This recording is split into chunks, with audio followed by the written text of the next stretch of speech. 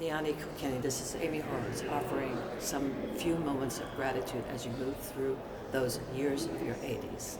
The first is when I moved home in the 1970s, those beautiful Kwanzas at the Godfrey Niani home, filled with love and community, spirit and resistance. Thank you for that. And thank you for offering spaces for volunteers in the community to work with your programs at the Black American Culture Program at the American History Museum. And as you moved into Bernice Johnson Reagan's position in the later period. And I want to also thank you, Niani, for pulling me aside and saying you loved road work and you loved Sister Fire, but it would be really good if I took some classes in Marxism at the Line of March Saturday school. And I have to say, I love those classes. I still have the notebook that you prepared. And those classes in Marxism inform Roadwork and Sister Fire's development. So thank you, Niani Kilkenny, for making that suggestion. And in conclusion, I want to say two things.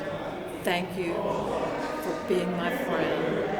Thank you for leading the oral history interviews with Ivy Young that we now have on tape because of you and James Early. And thank you for being one of the few people that I could quietly talk to during Bernice's decline years.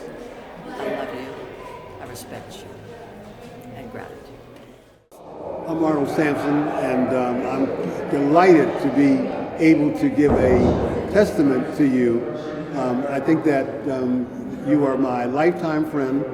Turns out you've become my thought partner, and earlier I heard references at your birthday party, which was delightful, has been delightful so far, about your integrity and about your judgment, but I want to talk about your generosity. You are amazingly generous and have been all the time I've known you. I can't thank you enough for helping me with my book. I can't thank you enough for being my friend. I can't thank you enough for being the person you are and for saluting Washingtonians and outstanding personalities from the Washington area as you do on the regular, because it's from your heart.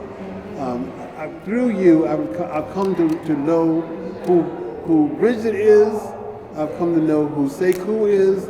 I know who Jasmine is and Moya. I love your family. I love you, and I wish that I hope that you indeed reach that other 20 years that you're aiming for, because you deserve it. The earth needs that from you. I want to say, God bless you. Hi, Jackie. I just wanted to say this was such an awesome event, and it just goes to show the kind of person you are. I just remember when I met you through Benita when we were about 10 years old, and you have grown to be such a special person. Oh my goodness. I think you have such a wonderful, awesome family, beautiful family. May God continue to bless you with good health and happiness. Bye-bye. Happy birthday, Ma. As a young girl, I've always wanted to be like you when I grew up. And it's amazing that I am your daughter. I am my mother's daughter. I love that we connect on so many things. Your love of art, your community, your sense of community. I love that we share cultural awareness. We love to go to plays and museums and art programs together. I just feel that we're connected in so many ways, including us being both very stubborn. But I just wanted to say happy 80th birthday. I didn't get a chance to speak in the event, but I wanted to come out here because I would be remiss if I didn't say anything to let you know how much you mean to me, how much you've influenced me. You are an activist. I feel like I'm an activist. You are an author, a poet. I feel like I'm not an author yet, but I am a poet in my own way. I love to write. I love that so many things about you that I wanted to be when I was a little girl that I possess. And I'm just thankful for the experiences both the good and the bad that we've shared. And I just hope and pray that you will be around another 20 years. Again, happy birthday. I love you. Niani, I just want to wish you a happy birthday. I'm sending you so much love. You are loved. All the times when I was little and I came to DC, you've always treated me so good and so well. I appreciate you. I appreciate your activism and all the great things you've done. It's because of you you've modeled what leadership is. And it's because of you that I've been able to get to where I am and get my PhD. It's people like you who paved the way. So thank you, Aunt Niani. My name is Amy Horowitz, and this is an improvisational, uncharacteristically improvisational testimony that I want to offer to Niani Kilkenny on the celebration of her new cycle within her 80s. When I came back home to Washington, D.C. in 1977 to work with Sweet Honey in the Rock and with Bernice Johnson Regan, one of my earliest memories is Bernice taking me to the Kwanzas over at Niani and Godfrey's home.